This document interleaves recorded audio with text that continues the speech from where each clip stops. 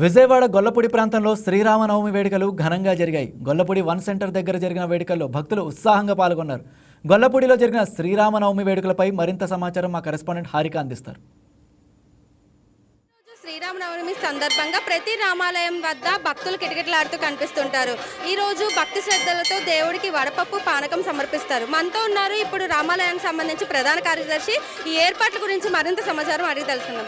Sir, ఈ ఏర్పాట్ల గురించి చెప్పండి సార్. ముందుగా ప్రజలందరికీ శ్రీరామనవమి శుభాకాంక్షలు. ఇక్కడ గొల్లపూడిలో అయితే శ్రీరామనవమి ఏర్పాట్లు అంగరంగ వైభవంగా జరుగుతున్నాయి. గత 25 సంవత్సరాలుగా ఈ గ్రామంలో భద్రాచలం తర్వాత మళ్ళీ అంతటి స్థాయిలో శ్రీరామనవమి చేయడం కానీ, రాముల వారి కళ్యాణం ఈరోజు జరుగుతుంది. రేపు మళ్ళీ రాముల వారి పట్టాభిషేకం జరుగుతుంది. భద్రాచలం తర్వాత మళ్ళీ రాముల వారి పట్టాభిషేకం ఇక్కడే అంత వైభవంగా జరుగుతుంది. ఈ కార్యక్రమంలో దంపతులుగా నూతలపాటి బాలకోటేశ్వరరావు గారు పూజా కార్యక్రమంలో పాల్గొన్నారు. మేమందరం బాలకోటేశ్వర గారి టీం అండి. మేమందరం ఈ కార్యక్రమాన్ని జయప్రదం చేయడానికి ప్రయత్నిస్తున్నాం. ఈరోజు ఏర్పాట్లు అయితే అంగరంగ వైభవంగా బాగా జరుగుతున్నాయండి.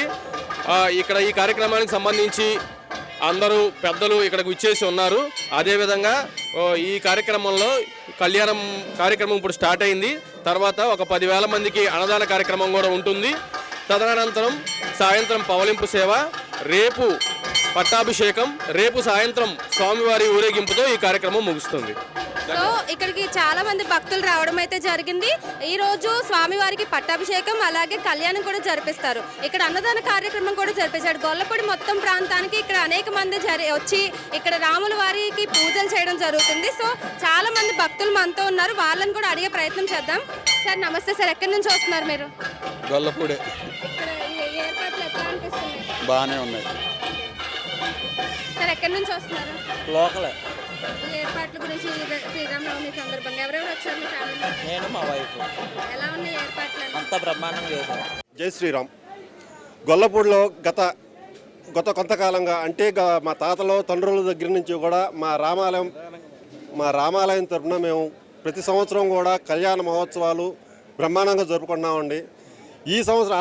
ఈ సంవత్సరం కూడా మా ఎమ్మెల్యే వసంత కృష్ణప్రసాద్ గారు, బొమ్మసాని సుబ్బారావు గారు, అలాగే గ్రామ పెద్దలు నూతులపాటి బాలకోటేశ్వరరావు గారు అందరూ కూడా కలిసి బ్రహ్మాండంగా అందరూ సహకారంతో స్వామివారి కళ్యాణం 6,000-7,000 మందికి అన్నదానంతో పూజలు బ్రహ్మాండంగా జరిపించుకుంటూ, అలాగే రేపు కూడా పట్టాభిషేకం జరిపించుకొని, రేపు కూడా అన్నప్రసాదం జరిపించుకొని మా గుడి ప్రతిష్టలో, మా గ్రామ ప్రతిష్టలో దినదినాభివృద్ధిగా చెందుతూ గ్రామాభివృద్ధికి తోడ్పడుతూ మేము మా రామభక్త సమాజం తరపున దేవుడికి మా సేవలో మేము కృతజ్ఞతలై ఉన్నాం. చాలా కాలం క్రితం నుంచి కూడా ఈ ఊరిలో రామస్తంభం అంటూ ఉంది.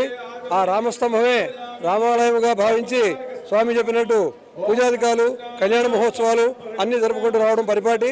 గ్రామంలో ఏదైనా విపత్తు వచ్చినప్పుడు ఈ యొక్క రామస్తంభాన్ని గ్రామం నగర పర్యటనకు తీసుకెళ్లి నగర సంకీర్తనతో చేసుకుంటూ వస్తే 3 రోజుల కల్లా ఆ యొక్క సంకీర్తన చేసి వస్తే మటుమాయైపోవడం పరిపాటిగా ఆ యొక్క భగవత్ శక్తిని నిరూపిస్తున్నటువంటి గొప్ప విశేషమైనటువంటి కార్యక్రమం ఇక్కడ జరుగుతూ ఉండేది. అలాగే తదుపరి కార్యక్రమం జరుగుతుండగా ఇక్కడ ఒక బ్యాంకులో ఒక మూల మీద ఒక గదిలో పెట్టినటువంటి ఈ యొక్క రామస్తంభానికి ఈ రాముల వారికి ఒక గుడి నిర్మించాలి అని చెప్పి ఊరి పెద్దలందరూ బాలకోటేశ్వరరావు గారు, నారాయణరావు గారు వీరందరూ ముందుండి మిగిలిన పెద్దలందరూ కూడా తలవ చేయి వేసి మరి అప్పుడు మన బొమ్మసాని సుబ్బారావు గారు ప్రెసిడెంట్గా ఉండడం, ఈ స్థలాన్ని కేటాయించడం, ఈ స్థలంలో అద్భుతమైనటువంటి యొక్క రామ మందిరం తదుపరి అప్పటి నుంచి కూడా ఇక్కడ ఎంతో వైభవంగా పట్టాభిషేకం వరకు, వివాహ మహోత్సవంతో పాటు పట్టాభిషేకం వరకు కూడా బ్రహ్మాండంగా కార్యక్రమాలు జరుగుతున్నాయి. అందరి ఆశీర్వచనాలతో భగవంతుడి ఆశీర్వచనాలతో అందరూ దీంతో సహకారంతో ఈ యొక్క కార్యక్రమాలు నిర్విఘ్నంగా కొనసాగుతున్నాయి. 10 సంవత్సరాలు అయిందమ్మ సుమారుగా. ఈ 10 సంవత్సరాల నుంచి కూడా ఇదే విధంగా అందరం కలిసి కట్టుకట్టుగా పార్టీలు వగైరాలు ఏమి లేకుండా అందరూ కలిసి కుట్రాలు లేకుండా చేసుకుంటున్నాము. సభ్యతగా ఉంది. కనీసం 11